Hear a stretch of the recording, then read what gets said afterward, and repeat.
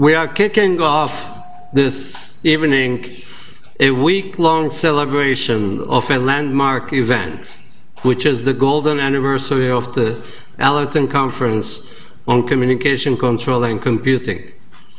For those of you who have been regular attendees at the Allerton Conference for many years, and for some probably Allerton had a special place in your career, having presented your first paper or second paper in your career at the Allerton Conference, and I know that there are many of you out there. For those of you for whom this is the very first Allerton Conference, and for all conference attendees and for our guests, this is a historic moment. It's a celebration of a multidisciplinary scientific meeting which was launched 50 years ago on November 15, 1963, with vision and incredible foresight. It was the brainchild of Mac Van Valkenburg, who, together with Joe Cruz, co-chaired the first conference 50 years ago. Bill Perkins, who is here, he was also involved in the initial discussions and planning of the conference, and I believe he is the only one in this room who has witnessed that historic event 50 years ago. The creator's vision was, as articulated by Mac and Joe in the foreword to the proceedings of that first conference, that vision was to provide an opportunity for researchers to present their fresh new results in a dynamic, growing field, and to bring researchers in different disciplines together to cultivate cross-fertilization of ideas. And this was right on target. And this far-reaching vision of its founders is still the guiding light at Allerton 50 years later. It's one of the longest running conferences, at least that I'm aware of, in the systems area, and it's one of the most prestigious. It's perhaps the only longest running conference that has never changed its venue. From the very beginning, it has been held at the Allerton House in Monticello, Illinois. Only a minor adjustment was made in going from the first to the second Allerton Conference in 1964, which was to move the date from the chilly mid-November to late September, which was September 28th through the 30th. That's when the second Allerton Conference was held, so that the attendees can enjoy the beautiful fall weather at the Allerton grounds. And it looks like at least some of the days we'll have that beautiful weather with us this year also. I'm told, I'm not sure to what extent that is a fact, but Mac actually wanted to hold the first conference in October, the first week in October, because that would have coincided with his birthday, which was October the 5th. But the Allerton House was not available at the time, and I'm told that was the reason why it was pushed to November the 15th. But then immediately the following year, it was brought back to the first week or the last week in September, and since then, it has always been held, either the last week in September or the first week in October. The conference has evolved over the years in parallel to the developments in the fields of communication, control, and computing. And in fact, it has at times influenced, impacted, and shaped the evolutions in those fields. Some of the very early results, which then became landmarks in these fields, were presented at the Allerton Conference. To share with you some numbers, in 1963, at the very first conference, there were 11 technical sessions, 3 general, or what we now call plenary sessions, they were not called that way at the time, with 62 individual presentations involving 84 authors.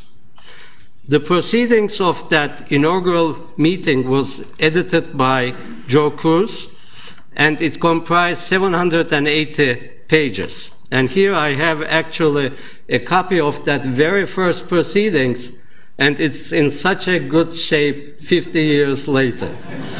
And the proceedings in the intervening years have always looked like this. Nothing has changed. And today, as compared with those initial numbers, 49 years later, we have in the program this week 65 sessions, 344 individual presentations, and almost 500 authors, maybe even over 500 authors, are involved in these papers which will be presented here. So it's a major growth, but we are limited by the size of the Allerton House, so don't expect those numbers to grow to double within the next even 10 years. So talking about celebrations, this golden anniversary of the Allerton Conference is not the only important anniversary event on our campus today. Today is also the exact, to the day, first-year anniversary of our Chancellor Phyllis Weiss taking on the stewardship of our campus. We are delighted and honored to have her here with us this evening to share with us this important moment and to officially open this kickoff event for the golden anniversary. Chancellor Weiss also holds the position of Vice President of the University of Illinois, and as CEO of our campus, she is responsible for all financial programs, campus policies, and priorities with the mission of ensuring a transformative educational experience for America's next generation of leaders. She has held faculty and administrative appointments at the University of Washington, at the University of California, Davis, and Kentucky, prior to joining here, Illinois. Her research career has focused on issues concerning women's health and gender-based biology. She is a fellow of AAAS and a member of the National Academy of Sciences Institute of Medicine. Please join me in welcoming Vice President and Chancellor Phyllis Weiss to the podium to open this golden anniversary.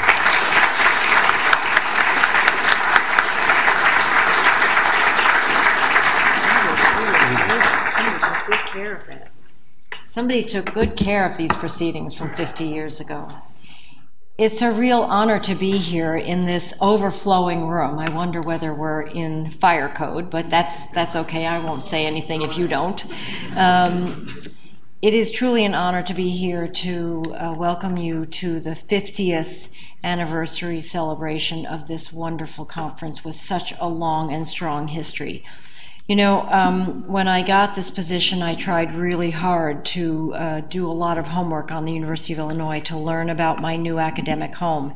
And I must admit, I did not come across the Allerton Conference, so I must not have done homework enough to realize what a rich tradition was really started 50 years ago.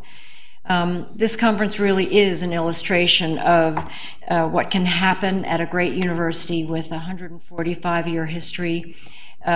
The story that you just told, Professor Basar, and what I'm learning tonight about all of this is truly amazing. I think it's wonderful that it started at Allerton and it continues to be at Allerton. I think it's wonderful to know that sometimes traditions should be carried on because they are part of the richness of the experience.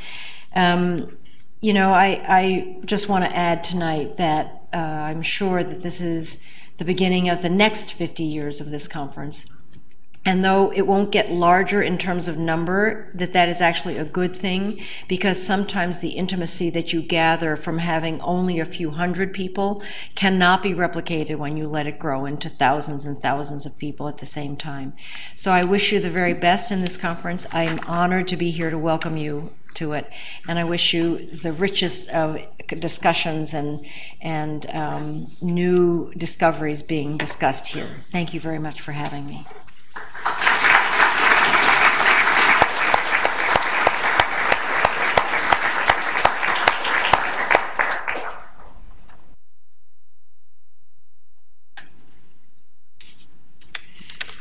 Now that we have the official opening of the conference, Allerton Conference, we can continue with the program, and we have a very distinguished speaker for this kickoff evening, and this is something special. Allerton Conference, for those of you who have attended in the past, has always been for 3 days, and all events were held out in Monticello. And because of this 50th anniversary, we decided to have a kickoff event here on campus, and so that we can attract people who would maybe normally would not have gone out to Allerton. And we wanted to pick someone who will talk to the importance of this occasion. And I'm very pleased to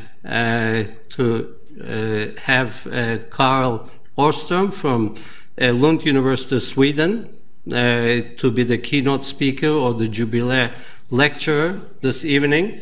He's a world-renowned control scientist and engineer and educator. And I can take a full hour actually to talk about his accomplishments, his impact on the field, not only on the control field, but across the board, and communications and computing, those that are really the topics and areas that are covered at the Allerton Conference. So let me say just a few brief words on Carl's background and some of his achievements. As I said, I won't be able to cover everything. He was educated at the Royal Institute of Technology in Stockholm. During his studies, he worked on inertial navigation for Research Institute of National Defense.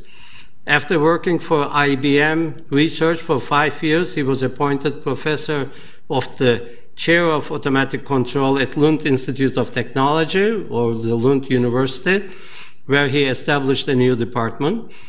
From 2000 till 2010, he was a professor at the University of California, Santa Barbara, and he's currently back at Lund University as a senior professor.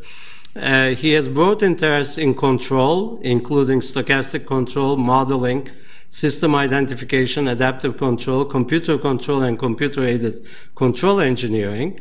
He is listed in the ISA highly cited, and he has the Erdős number 3. For those of you who don't know what that means, ask your neighbor, but after the lecture. And he has 7 books, and 2 of these books have received the prestigious Harold Chestnut Textbook Prize from the International Federation of Automatic Control. And one of his papers on self-tuning control, which is very well known, very well cited, which was co-authored with Wittenmark, again from Lund University, was selected for the IEEE book on control theory. This was the Millennium book on control theory, 25 seminal papers, covering the period 1932 and 1981. There were only 25 papers that were picked out from a pool of thousands of papers, and this was one of those. He has several patents, and one of them for automatic tuning of PID controllers, which he holds jointly with Hägglund, and that has led to substantial industrial production. Carl is a member of the Royal Swedish Academy of Engineering Sciences and the Royal Swedish Academy of Sciences. He is a foreign member of the US National Academy of Engineering, the Russian Academy of Sciences, and the Hungarian Academy of Sciences. He's a fellow of IFAC, a life fellow of IEEE, and he has received many honors, among them 6 honorary doctorates, the 1985 Oldenburger Medal from the American Society of Mechanical Engineers, ASME, the 1987 Quasi Medal from the International Federation of Automatic Control, IFAC, and which is the highest medal that organization bestows on scientists and engineers in the control field. The 1990 IEEE Control Systems Award, he's a recipient of, and also the 1993 IEEE Medal of Honor, which is the highest award of IEEE, which is the largest engineering organization in the world. And the 2002 Great Gold Medal of the Royal Swedish Academy of Engineering. And in 2003, he was inducted into the Process Control of Fame. And please join me in welcoming Carl to deliver the Jubilee Lecture.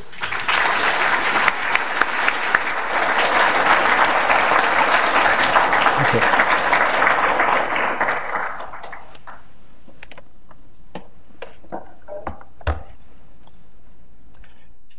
Thank you very much, Tamir. I should also tell the students who are sitting there in the back, there are a couple of seats up front. So don't be shy, but step forward and use these seats, please. It's certainly a great honor for me to speak on this fantastic occasion of the celebration of the Allerton conference. So I would like to thank you very much for inviting me to do this. And Tamir asked me to give a broad picture of control, and I was brave enough to take this picture. There should actually be a subline here, say a personal reflection. So remember, what I'm saying here are my personal views. They're certainly not universal truth.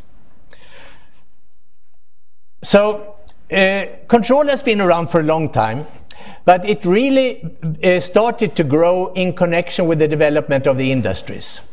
It was sometimes an enabling technology, but one didn't recognize that there were lots of similarities between, for example, process control, telecommunications, flight control, etc. And it became an engineering discipline in the 1940s, and it has been developing very, very rapidly. And today we have lots and lots of applications and also some very interesting challenges. There have recently been a couple of studies of broad pictures of control. For example, the IEEE Control Systems Society has published a book called The Impact of Control Technology, which is available on the web. And in connection with the year 2000, there were a couple of books presented that gave a perspective of engineering and control in this century. And I listed a few of them there. I will come back to them later. One thing that has been a hallmark of the control community is a solid foundation. And I've always been wanting to have an illustration of this, and by accident I found this in Montreal this summer. This beautiful building here happens to be an insurance building in Montreal. And you look at this beauty, it was one of the most beautiful buildings in Montreal. But this tower fell down because the foundations were not so good. They had put, wooden pillars in the ground, and then they started to rot. So what I'm saying here, even if you have a beautiful house, unless the foundations are solid, it's going to tumble down. So I'm very proud to say that this has been a hallmark of control, and you will see this logo popping up here and there. I have called control the hidden technology. It's widely used. It's very successful. It's seldom talked about, except when there's a disaster, when a reactor blows up, when an airplane crashes. And I've often been wondering why. And I think it's much easier to talk about devices than ideas. It's much easier to say, well, a computer fixed that, than the ideas that are behind it. And also, I think we have something to blame ourselves for.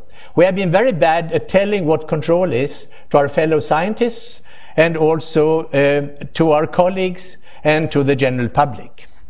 So therefore I have an advice to our students. This is something that we have done badly, and you in the next generation now have to do it. So I think Intel did it very well with this sort of Intel Inside. So we should have something like Control Inside. So that would be one symbol. And then we should remember, to keep the foundations okay. And if we do this, things will be very well here in the future. So what will I do now? Well, I have a very simple outline. It exactly follows the title. The past, the present, the future, and then I will do a little summary. So now let's do the past. Control is a young field. It's a little bit older than the Allerton conference. So it's useful to think about this. We have not matured, you know. We're a little bit more than teenagers, but barely. There's been early use of control in many fields, in governors, for machines, in process controls, in vehicle control and communication. As I said before, people didn't realize it was the same thing until we got the servo mechanism theory around, say, 1940, 1950. And this had tremendous consequences. Education and control spread like wildfire in all engineering education. And I think everybody would have been proud about this. But around 1960, you know, about the time the Allerton conference started, there was a paradigm shift. And we got what I call the second phase in control, that I will talk a lot about. And I think what we are experiencing now is the third phase. And I'm not so sure about this, so that's why I put a question mark over there. So let's now do something. Let's look at power generation. You know, you start to generate electric power, and if you were using AC, you wanted to generate it with constant frequency. The solution to this was that you introduced a turbine controller, which is a classic watt governor that was, you know, these two wheels that are spinning around. If they go fast, you reduce the amount of water that's coming in, etc. The side effect of this is that whenever you use feedback, you run the risk of instability. And that happened when people start to experiment with this. So you needed to have stability theory. And there were a number of people that you can see in the bottom of the slide who contributed to this. Yeah, there you see from left to right, you see Maxwell, who actually wrote one of the early papers of analysis of control system. Routh, a British mathematician. Stodola, a Swiss turbine engineer. Hurwitz, a Swiss mathematician. Vishnegradsky, a Russian engineer. And Lyapunov. So there was a whole slew of people who were developing stability theory. Let's move to another field, process control. Typical problems was in chemical process to keep temperatures, to keep pressures, etc. constant. And solution to this was the PID controller. There were some nice side effects. We got an industrial communication standard consisting of plastic tubes of given dimensions and the agreement that you should propagate signals by pressures between 3 and 15 psi. And then you had standard instruments and standard devices that you connected. Of course, with today's communication standard, it's not too good and not too fast, but at least it was a standard.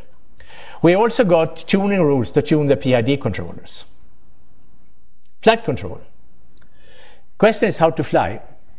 And one reason that the Wright brothers succeeded was that they understood dynamics. And they designed an airplane that was easy to maneuver, but who was not terribly stable. Many other people designed stable airplanes that were difficult to maneuver.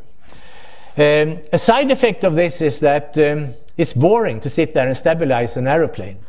And you can see there on the plane up here, there is Sperry's son is sitting there, and they put an autopilot on this plane, and the mechanic was walking on the wing to introduce a perturbation, and you can see that it's pretty close to the ground.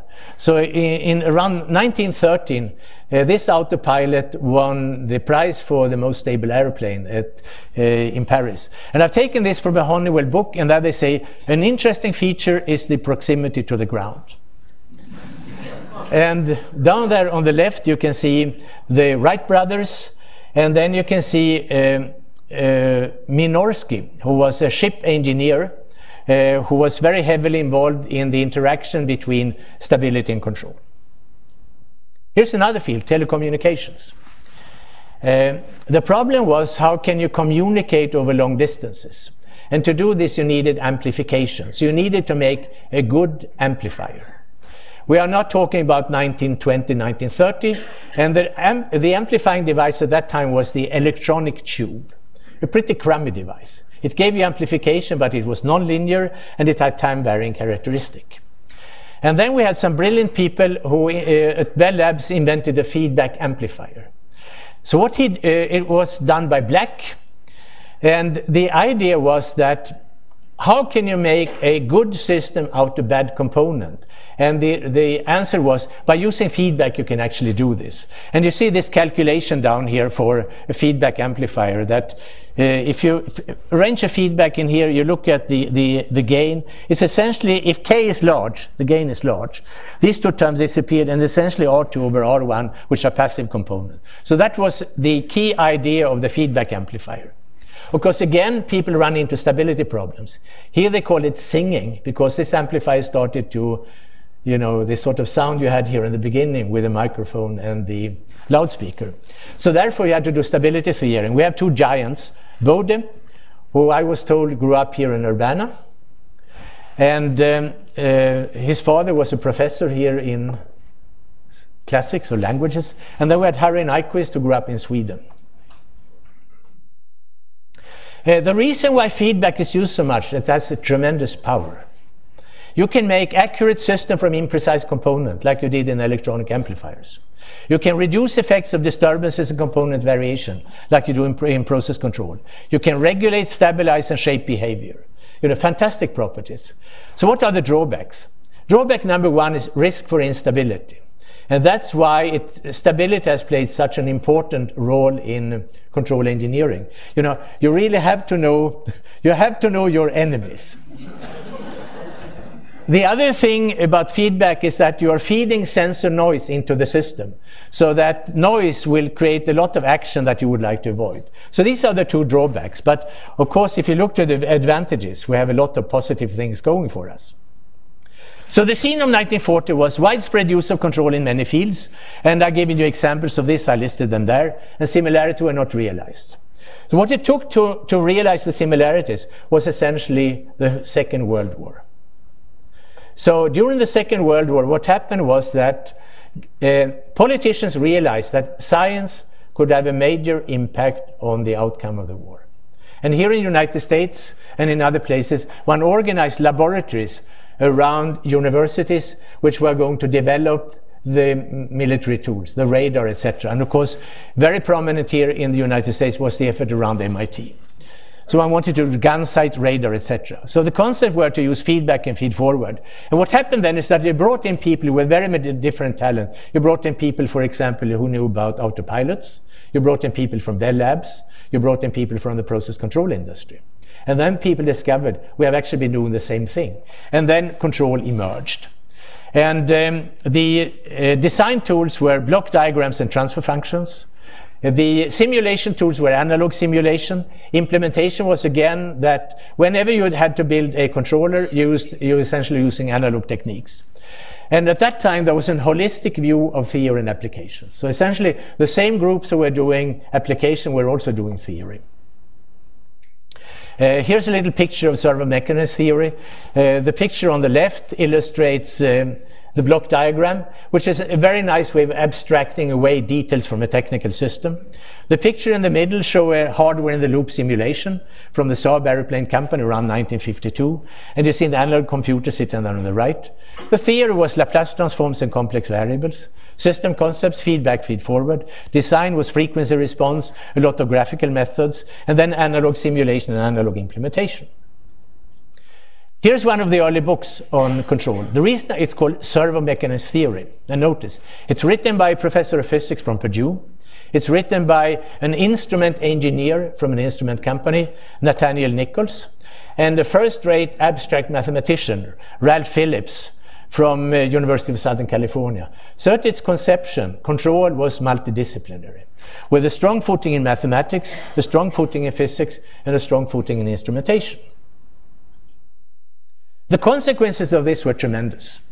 We were getting education of control engineers all over. Control courses sprang up everywhere. They came in different departments, mechanical, electric, sometimes in civil engineering.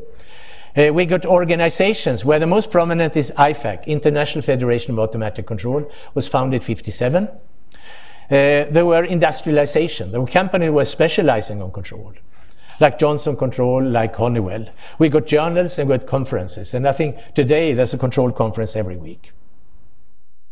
I think every subject would have been proud of this. And we are now coming roughly to 1960. So in 1960, I said we had a paradigm shift. And in my mind, the drivers was a space race. You know, Sputnik came up 1957, generated a fantastic amount of activity. Another thing that came around were the computers.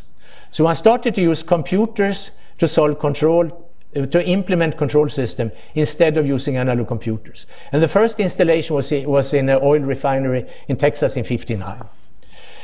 Also, it was discovered that the tools that were available at the time in 1960 were insufficient. So what happened then, we turned a lot of mathematics to bring in, you know, new tools and new ideas. There was a rapid growth of subspecialities, optimal control, stochastic control, nonlinear control, etc.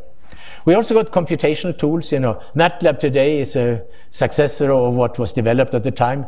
There was a very impressive development of theory, but the holistic view was lost. I've sometimes said at the time that there were many professors of control who had a Platonic view of control systems. They talked a lot about them, but they never touched them. And that illustrates, you know, the lack of the holistic view. I'll give you a couple of examples. One of the most promising prominent one was optimal control theory. It was built on classical results like by Hamilton and Euler. And then we had Bellman, who developed dynamic programming, direct descendant of Hamilton and Jacobi. We had Pontryagin, who you can say his ideas were direct descendants of Euler and Lagrange.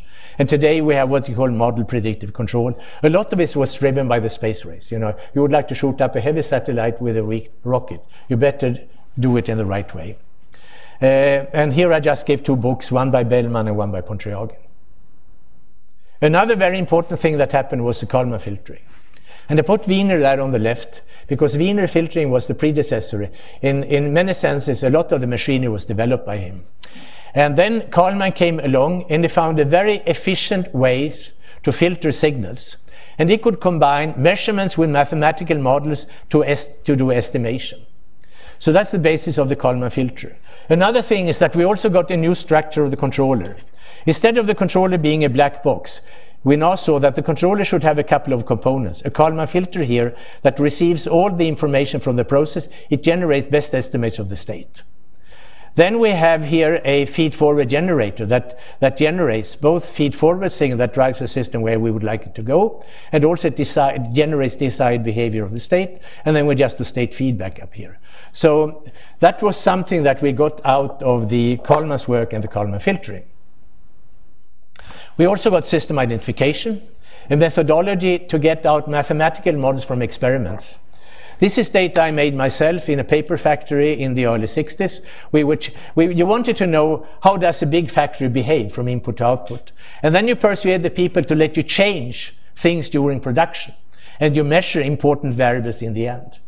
And then based on this data, you estimate mathematical relations between this one.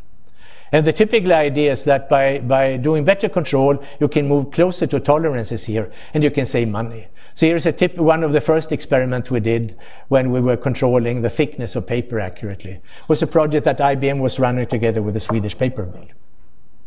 Here's another area, adaptive control. One of the things, it actually came up from aerospace, because when aeroplanes started to go supersonic, the dynamics changed. And then it was not enough to have an autopilot with fixed settings. So one tried to do an autopilot that could adjust itself to changing flight conditions. The early experiments were not too successful. There was a famous crash of an X-15, for example. So the field has been going up and down. It has continued to go up and down. One of the things I've been concerned with is what they call self-tuning regulator. There was a lot of theory developed. There were case studies.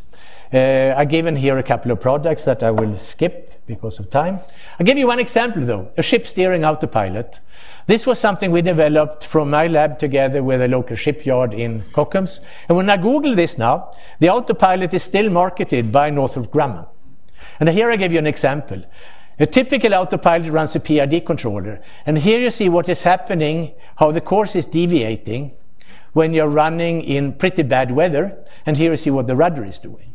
When we switch on the adaptive controller in here, you see what happens to the course deviations.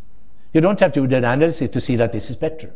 The reason that the adaptive controller can do it here it knows about waves, and it's trying to estimate what the wave motion is. And you can also see we are not using larger rudder motions than what you are doing with a PID controller. There's a little bit more high frequency in here. So I would say that this is a very nice example of adaptive control that was done 30 years ago, and that is, the projects are still here running. One nice thing here is that you know quite a bit about ships, so one can actually do a physics-based initialization of the system. So if you know basic data about the ship, you can roughly figure out what the initial parameters are going to be. Here's a special subject I will take up, because in the early phase of servo mechanism, people knew that there were limitations of control. People knew that time delays are bad. People knew that instabilities are bad. People know that what we call zeros in the right half plane are bad. When the so-called modern control theory came around with Kalman filters and state feedback, these conditions somehow did not show up if you looked upon the way people were looking about it. So then people say, well, you know, maybe these limitations are not so serious anyway. And I attended a conference. There were violent discussions, you know, between the people who were advocating what was at the time called modern control theory and the classic guys. And the classic guys were saying like this: oh, time delays are limitations. It must come into the theory. Zeros in the right half planes are very bad. They must come in. And then the guys sitting there on the modern control say, oh, you know, you guys are stupid. You know, you don't know about matrices, calculations like this. So we have this fantastic robustness property, etc. Well, in the end, so it was almost like religious battles, you know. So instead of sitting down and asking, trying out what the problem was and resolving it, you got a religious fight that lasted for several years. So it took a long time to figure this out. And I'm very pleased to say that one of the first glimpses of what was going on was actually presented at the Allerton conference by this man here, which is called George Sames, in 1979. Am I correct now? Yeah, 79. So that was the first time it came up that there's probably something about the fundamental limitations about time delays. And then it took a while. And of course what contributed to this was that state space had infinite gain margin, a phase margin of 60 degrees. Of course that had to do with the fact that you're measuring all the state variables. When you do output feedback, this is not at all true. So then the field of robust control came around, and Jula, who was very active here from the first Allerton conference, was one of the key contributors to this. And then there was a very famous paper that's called the four-author paper by John Doyle, Keith Glover, Cargonica, and Bruce Francis. I couldn't find a good picture of Bruce Francis, but he should be here. Then it became very clear that there are indeed fundamental limitations. So, you know, the classical guys were right about this. And also, one figured out a way to solve this. And then another thing happened here in Illinois. You recognize our friend here? And he had a colleague in France called Pierre Bernard, and they said, well, it's all games. So in other words, they formulated the robust control problem as a game problem. Nature is providing the bad perturbations, and what you are doing is that you are playing against nature.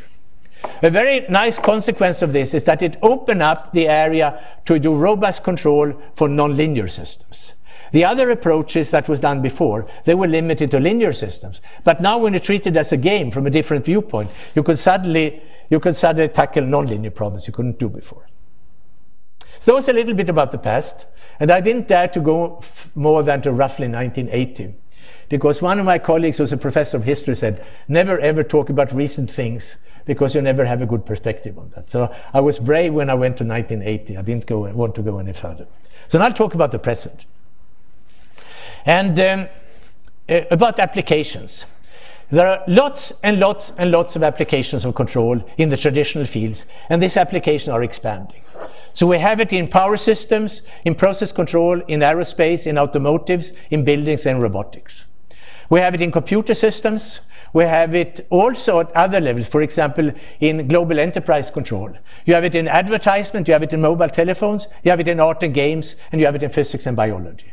So not only the traditional fields are expanding, but also the application fields are expanding. I'll give you illustrations of this. Here is, for example, a process control example. It's also something I've been involved with, a simple way to tune simple controllers. So here's a PID controller that you would like to tune. What you do is just switch in a relay here. Then you get like a thermostat. What happens with a thermostat? The temperatures start to oscillate, start to swing. Well, the swinging there contains useful information. So by analyzing this swinging, you can pick up enough information to tune a PID controller, and then you can just switch it over. It's robust and easy to use. It's well adapted to users. You can just have a button that you push, and it's done by quite a large company at the time. So there are hundreds of thousands of these sort of devices out there today. I'll give you a nice example of this.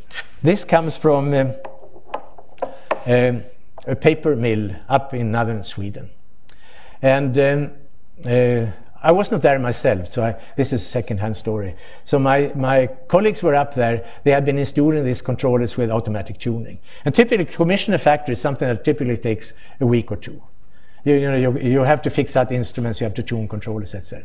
In this case, they did it in 3 days. So what they did, they make sure the instruments right, connect one of these auto tune, push a button, this loop is clear, go to the other loop. So people were very happy about this. So they said, well, can't you use this magic device on this beast of process we have here that we have not really been able to control? And this was a distillation tower, and I showed you here what's happening. Time is running in this way. It's one of these old-fashioned instrument records. You see here, it's oscillating. And this is run under PID control. Well, here at, what is this? This is roughly before lunch. You put the controller into manual, and then the oscillations stop. Here at 2 o'clock in the afternoon, they push the tuning button. They push the button. So now what's happening here, you have essentially the relay feedback. Here in the beginning, you are just measuring a little bit of noise and hysteresis, and then you can see it's not in a perfect sinusoidal iteration, but it's enough to pick out the dynamics. And of course, here people are starting to get worried. It doesn't work. And in here, the controller has figured out by itself that now I know what parameters are, and now I can regulate. And then I see how well it regulates. And this takes from 2 o'clock in the afternoon till, what is it here? It's 7 o'clock in the evening. So it's a long time, but it tunes successfully. So I think this is a nice little example of automatic tuning. Here's a very different example. This is it's a factory complex. Again, a paper factory. You have lots of manufacturing units, and then you have storage tanks, etc. And here the problem is to run the whole factory in a sensible way. This is work that was done by ABB. And what they do is that they've been doing mathematical model of the whole thing. The model is pretty complicated. It's about a few thousand variables. So what they do is that they estimate the state from sensors. Then they run an optimization program, and then they simulate. And at this stage, they give commands to the people who are running the different units about how they're going to change production settings. Some of the production settings are set there automatically. So it's an example of automation of a more complex systems. This can then grow up. This would be typical process control. This would be the manufacturing system I was talking about. What's happening now is control is now creeping up together with the business systems. So for example, Walmart is one of the companies who's most skilled at dealing with this higher level here to keep, storage and things like this at a low level. Here's another example that comes from General Electric. It's what's called a trip optimizer. It has to do with how you should run freight trains effectively. And the trick to run freight trains is that you should arrive in the right time, and you should avoid braking as much as possible. So what General Electric has done is that they have applied optimal control, and then they have made a nice implementation of a system. So they are using wireless links to onboard computers, so you can know what you are. There are maps, so you know what the terrain looks like. So if you're going to go up a hill, you can go a little bit faster when you go down, etc. You shouldn't brake when you go down. And then they have done an integrated system like this that is run by the train operators. So this system is now in commercial operation. In automotive, I think that deserves a special slide, because automotive is a strong technology driver. There are so many cars, and the car companies are so powerful, so they can get CMI manufacturing companies to do things they may not otherwise be willing to do. So for example, they persuaded Intel and Motorola to do the microcontroller. In other words, a computer with built-in A to D and D to A. And also, right now, the automotive industry is pushing the sensor industry very much. So we're getting cheap accelerometers and cheap gyroscopes. And it started with engine control, because it was impossible to satisfy the California emission standards with traditional means. So the only way to do this was to introduce feedback. So that's what happened. And then once you started to get the computer into the car, there were many opportunities to do many other things. So then, one got cruise control, you got adaptive cruise control. Today you get collision avoidance, and you get traction control. And you get also line-guided assistance. And also when it's moving to traffic flow control. There was a very interesting project run by University of Berkeley on platooning of cars. You wanted to get more throughput on the highway by shortening the distances between cars, and then you were going to run them automatically with about half a meter between them, and then you can push through cars very quickly. You can say it's a way of making trains out of cars, but it was an interesting project. Now here's another one of this, namely for trucks. And this is done by Scania, which is a Swedish car company, KTH. So by running trucks close to each other here, you can reduce a lot of the air resistance between them. And in a modern car today, there are about 80, you can say there's about 80 control systems or 80 microprocessors.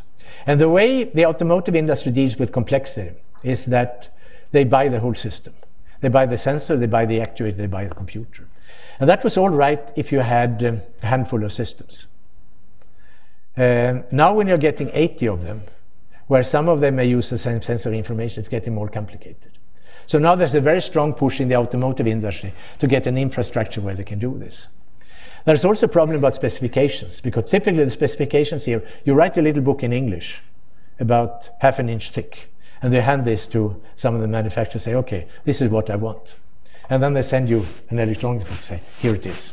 So the question is, how do you verify this? And how do you make sure that it works? And of course, it doesn't always work. So this is one of the areas where there's a tremendous need for systematic procedures.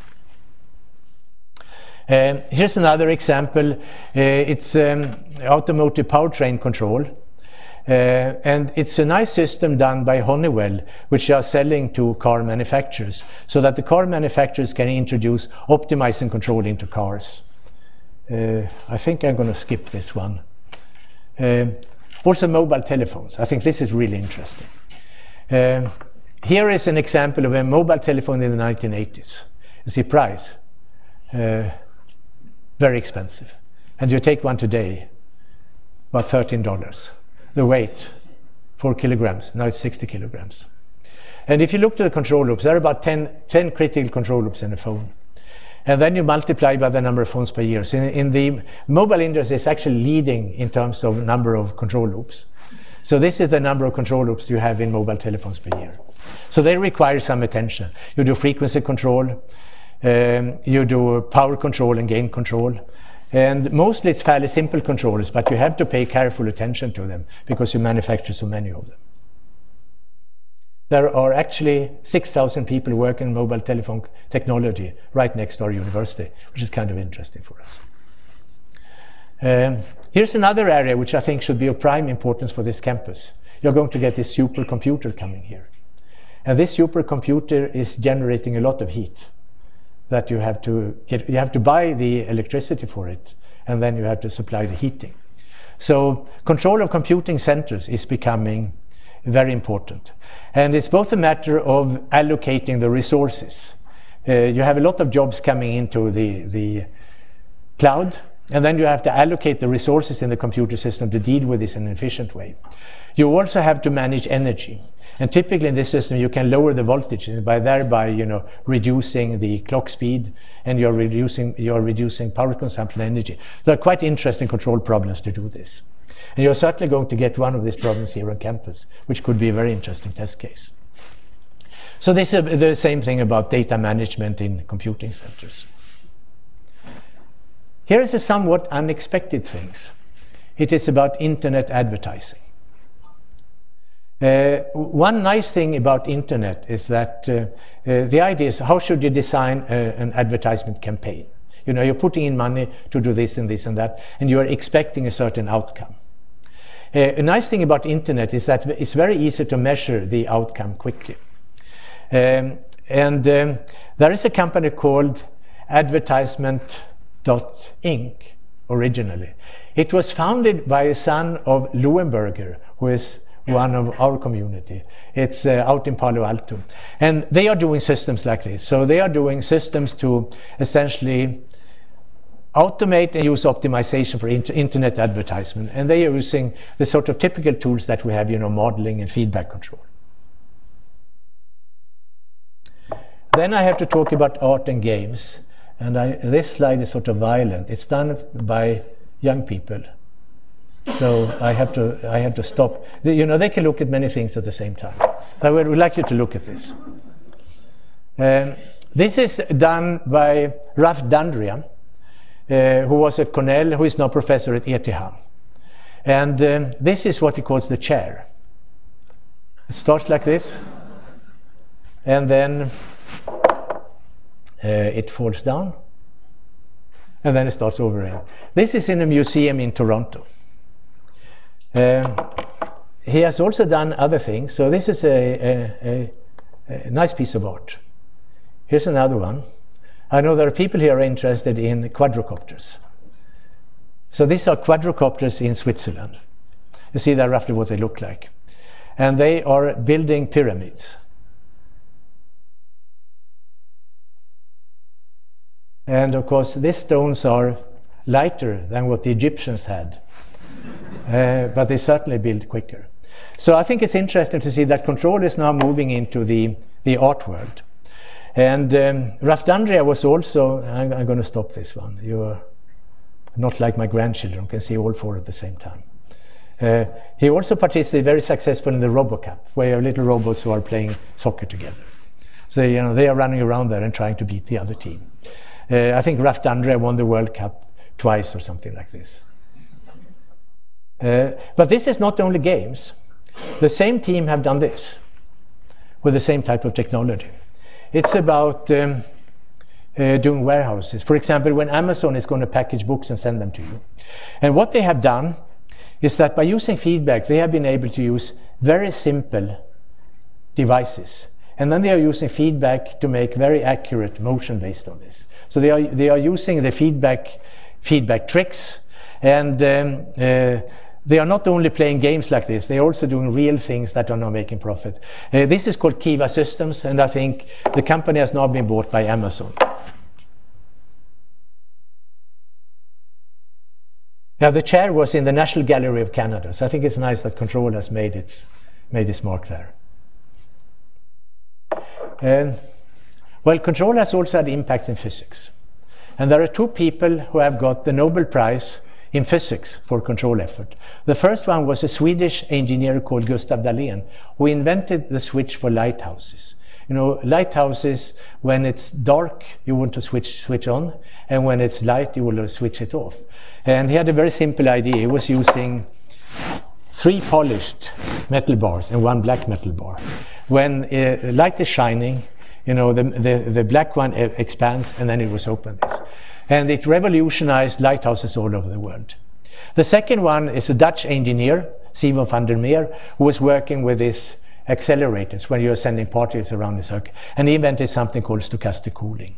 There's some very interesting effects done right now in quantum and molecular systems. And down here I have to mention this one too about, I think I'm doing almost great with time, I think, turbulence has always been a challenge in physics to explain turbulence. And it's governed by Navier-Stokes equation, a nonlinear partial differential equation. And then people a long time ago, they linearized the Navier-Stokes equations around some behavior. And then they analyzed how will the eigenvalues of the linearized motion behave when you're changing Reynolds number.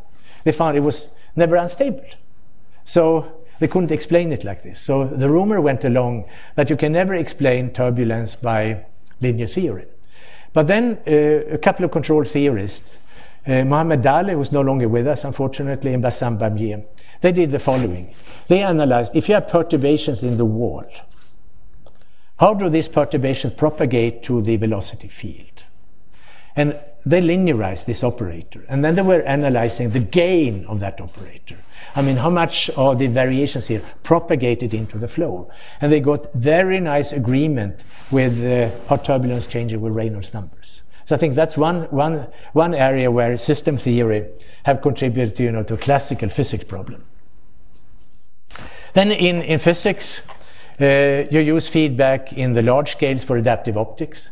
What you're essentially doing there is that you're reducing the variation that happens when the rate is going through the atmosphere and the speed of light is changing in the atmosphere. You get rid of this by feedback. The other area here is in the nanoscale. We're using an atomic force microscope to essentially look at surfaces in very details. And of course, both systems depends very critically on efficient feedback systems. If you do, for example, a better feedback system here, the biologists who are looking at samples could see a picture, 5 times faster than they could do before, for example. Up here, you can get much sharper images. Very clear what control will do here. Biology is an interesting one. Since I'm not a biologist, here's a book called The Way Life Works, and it has 7 chapters, and one chapter is about feedback. And this is a quote from the book, that feedback is a central feature of life. Proposal feedback governs how we grow, respond to stress and challenge, and regulate body temperature, blood pressure, cholesterol level. The mechanisms operate at every level, from the interaction of proteins to organisms. So that's taken bona fide from this book. And right now, there's a lot of activity in systems biology and related fields where one tries to merge this. I personally think it's a difficult thing to do, but it's certainly a very worthwhile effort. So that was a little bit about the present. Now, what about the future? I think we have some interesting challenges because we are now starting to deal with complex network systems. You can think about the internet itself, for example. You can think about power systems. You can think about what you're talking about, smart grids. When you're going to charge electric cars, you're going to use electric cars for storage, you're going to generate electricity in the houses, etc. We are also getting systems that are called our sensor and actuator rich. If you take a camera, a camera with, say, 10 megapixels, if you view this as a sensor, it is a sensor which has a lot of information in it. And I would say that the systems we have now in control, they can easily deal with, say, 20 to 100 variables. 20 to 100 variables can do it well. When we're coming into this, we need to think about systems in a very different way. And what's going to happen is that we have to break up the system. It's no longer sufficient to have a central Kalman filter that sits there and do everything. We have to have local feedback in the sensors. If we have, for example, images, we have to do a lot of work in the image themselves to pick out the relevant information. And this is a tremendous challenge. Another thing that's popping up here is safe design of embedded system. I mentioned this problem about the car. When you specify something by a book in English, it's not easy to verify what you get is right. So this is a tremendous challenge that we have not solved. Another one is autonomy.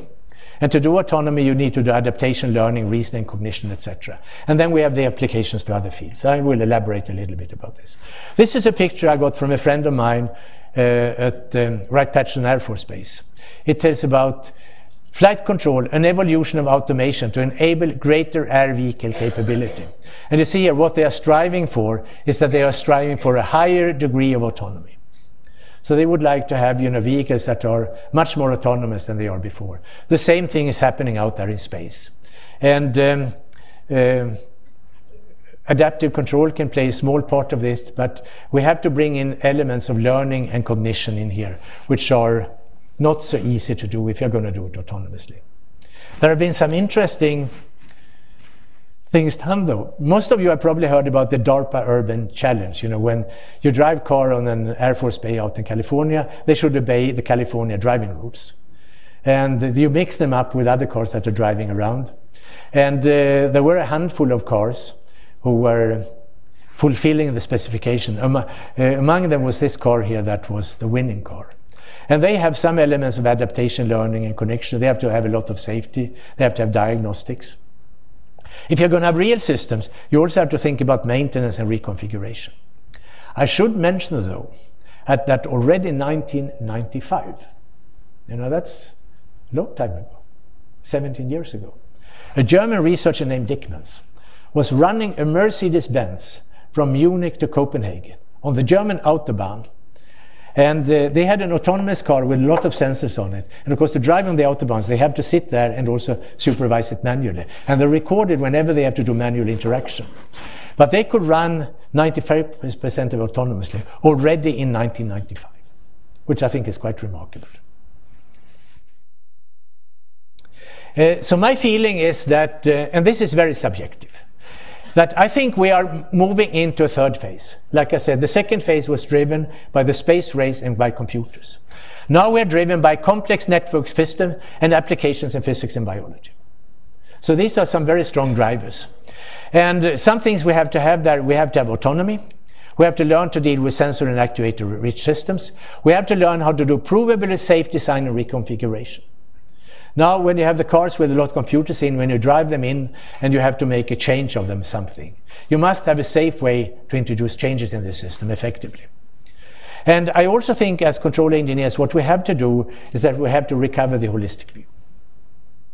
I think what happened in the 60s was necessary, because if you're going to develop, new areas and new field, there is no way but to dive into it and forget about the rest, and dive into it and develop the mathematics. And we still have to do this in many of these fields. But to serve the engineering world that's sitting out there, we must also have people who have a holistic view of things. And that's a major challenge that I will talk a little bit about. And if you take this NIH study, the Engineer 2020, this is precisely what they are saying.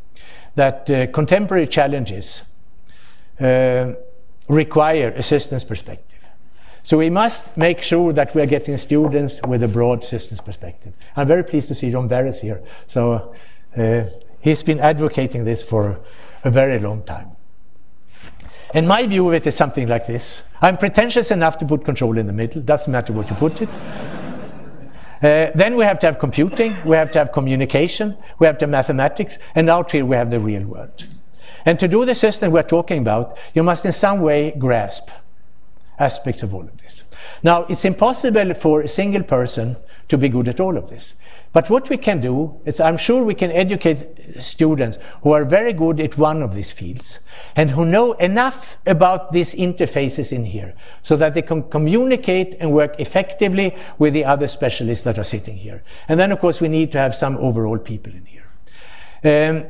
I talk about some, for example, I think this interface is really easy, control and communication, because in my mind, it's essentially the same stuff. But it's taught in different departments by different people, which I think is ridiculous. Mathematics is the same. There is a couple of differences. Communication, the guys don't bother about time delays, and we control guys are worried about time delays. But I think these are minor things. So I think we can do a lot, both in terms of courses and other things, to merge these kind of things together. I'm going to talk a little more about, so I think this is the easy interface. It only has to do with university politics. But now you have a young, vigorous chancellor here, so I think you may have a chance to do something. I will talk about the computer science barrier.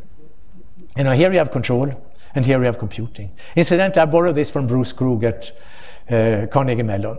So what control engineers do, they work about stability, feedback, ordinary differential equation, moderate complexity, they bother about robustness. And then they write a simulation. They throw this over to the computing guys. And they know about languages, etc., formal methods, abstraction, architecture. And then they take the Simulink program, and then they do some kind of software for it. And sometimes it works. Sometimes it doesn't work. So what's happening here, control engineers have to know a little bit more about computing. Computing engineers have to know more about control. I'll give you one example.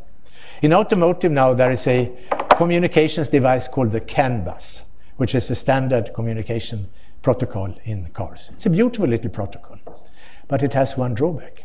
It has time delays. And not only that, it has variable time delays. And if I said that time delays are bad for control system, variable time delays are really bad. So if this person who did the CAN bus had had a good introductory course in control, I said just an introductory course in control that was good, he would have known time delays are bad. So this would not be a good thing if you're going to close control loops. It's all right if you're going to just raise your windows up and down. But if you're going to close feedback loops around there, it's not a good idea. So that's one example. That could have been prohibited by good education. I should also mention computing. And I still remember, well, you can start with Vannevar Bush. He said, engineering can progress no faster than mathematical analysis on which it's based. Formal mathematics is frequently inadequate. A mechanical solution offers the most promise. He was at MIT, and then he went ahead and built a mechanical differential analyzer that could solve about 6 ordinary differential equations. I worked for IBM Research, and my boss, I was in the math department for a while, my boss was Hermann Goldstein. He built the first computer together with John von Neumann. So he was chair in the math department. At one staff meeting he said this, which I never forgotten. When things change by 2 orders of magnitude, it is not evolution, it is revolution. Now you combine this with Moore's law, you get a revolution every 10 years. So it means that computing power changes by 2 orders of magnitude, roughly speaking, every 10 years. And that's why you exchange laptops every 3rd year, for example. And there's a tremendous potential. If you think about this, that you're gaining 2 orders of magnitude for 10 years. So there's a fantastic potential. But we have not been able to capitalize on this in engineering productivity. And I think that is something to think about, because there is something out there that we could probably do something about. I should also mention what I call the physics barrier. Here we have the real world, and there we have mass, energy, momentum, and up here we have control. And I said before that block diagrams is very useful for control, because that was what people used to discover that autopilot was the same as process control. The block diagrams look the same.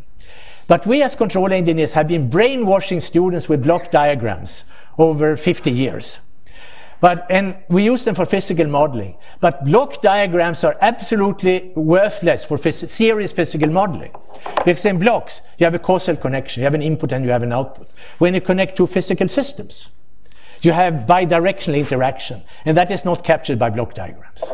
So please, if you're educating control engineers, say that there's something more than block diagrams, okay? Then I'll talk about modeling and simulation. Again, a quote from this, The Engineer 2020, where they say that computer-based design-build engineering will become the norm for most product designs, accelerating the creation of complex structure for which multiple subsystems combine to form a product. So in other words, modeling and simulation. So this is not my word. I said most were personal. This is from a more authoritative source than me. I'll give you a nice example of this. The major German car manufacturers, I listed them here, and their suppliers have standardized when it comes to doing climate control systems in cars. Climate control, it has compressors, it has heat exchangers, it has pumps, etc. And what they have done is that the supplier who supplies a piece of hardware, he also delivers a validated mathematical model of that. Happens to be in a language called Modelica. And then the car companies, they are taking then this model. So they say, well, maybe this company here has a cheaper version of a compressor. Should I use it? So then they take the model from this company, they put it into their simulator, and they run the typical European standard drive cycle. And then they figure out what happens to power consumption, to gasoline consumption, what happens to quality. No big deal. So then we can buy the cheaper one. So I think this is a very nice illustration of how you can use models. In this case, the IP is protected by extensive encryption, and the substantial reduction here is in road and climate chamber testing. And I'm very proud to say that this was done by some of my grad students who also have this company modeling who's doing this. Actually, the same technology was used by Toyota when they made the Prius. And the software that was also done by one of my former PhD students. Toyota had at the time 300 engineers working with what's now called Modelica. Okay, now I'll come to the educational challenges. We have to educate the engineers who can deal with this in the future. We also have to educate people in physics and biology. And last year I actually gave a course in control to physicists based on the request from the physics department, which was kind of fun. And I think in control we have what I call the dilemma of emerging fields. I said control is a very young field, little over 50 years. So what did we do? Well, we taught everything we knew. That was first course. When we knew a little bit more, we made a new course. And then we made a new course, and we made a new course, and we made a new course. And right now, there are simply too many courses. Because if we're going to have these people who are well-rounded and well-educated, we can't have them to do 15 courses in control, or I don't know what it is here, to get PhD in their back. We can't have them to, because they also have to learn a little bit about communication, about computer science, and about physics. So we have to do something about this. And the way to do this, I think, is to filter out the fundamentals, to compress, figure out what are really the important things. What are the essentials here? And we have to do this at the courses at all the levels. It's a lot of work, particularly if you have your courses developed and are going to teach them. But I think in the long run, it's going to be very worthwhile. I also mentioned here computing. And I think computers have changed what we mean by a solution to a problem. You know, in the old time, you had a solution if you can write it down on sine functions or something like this. And now, for example, if something reduces to a linear algebra problem, it's essentially solved. If something reduces to an ordinary differential equation with constant coefficient, it's also solved because we can generate everything with no computers.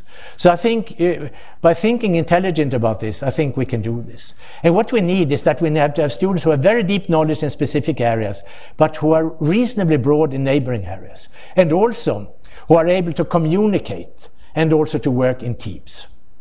This is what we need in order to do this. So now what I've done, I've spoken about introduction, past, present and future. Now let me try to summarize. I think personally control is a very vital dynamic field. And if we watch out for the foundations, and if we think about telling other people what we are doing, I think we are going to continue to do great. There are lots of applications in traditional fields, so engineers we educate in here, they can find lots of jobs out in industry. Now we also have to deal with networked embedded systems. We have to deal with autonomy and safety. And I think we should take the educational challenge here seriously. We were discussing here during dinner, for example, that there are many changing modes of education right now. And I think this may be some vehicle we can jump on to do this. So what we should do is that we should continue to take care of the foundations and then to develop the holistic view. And if we do this, control will also be great in the future. Thank you very much.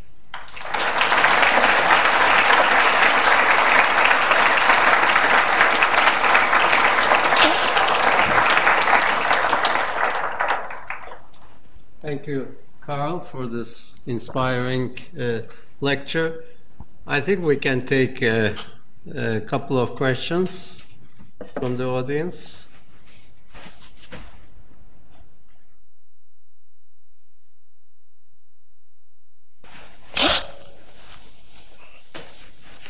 When you have a big crowd, it's they are like Swedish students. Yes, that's right. Yes, John Barras. Okay, so what is your position on the following hypothesis? Because of the networks, which are not the networks that we once knew, but the networks of systems, the foundation of research, that's not addressed systematically. Could you repeat? They wanted. In other words, when we had the actuator, the sensor, the decision maker at the same point, we did a beautiful theory. Now the actuator can be over here, the sensor can be over here, the decision maker over here, and that brings a much closer relationship between information, what we mean by information, what we mean by control. But the foundations that we now believe in the Bible, they are not anymore valid, right? Because of this networking environment. So what's your position on this topic? Oh, yeah. You should repeat I will repeat the question. The question was that before we had a very simple situation. We had a sensor and an actuator, and then we had a controller sitting in between. And maybe you had 10 sensors and 10 actuators, but you have a block sitting there in between.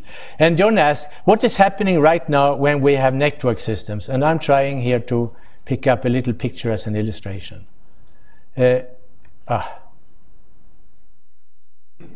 I'll do it here. It should be, I think it was somewhere down here. I think I skipped the picture.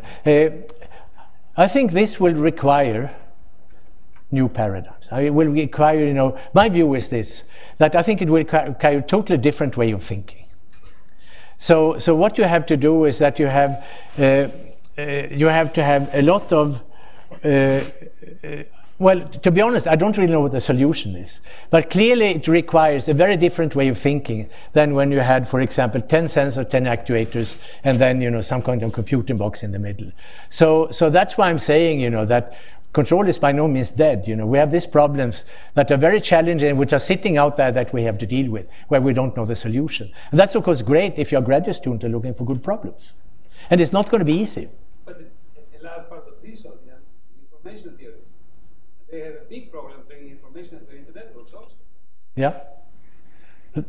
So the comment was that if you have information theory, you have the problem bringing the information out to the network. So that's also a problem. So, yes. I think, you know, both John and I will be out here. So you can corner John and me to talk more about this later on. So. Don't know any answers. No. Well, thank you. Okay. Thank you.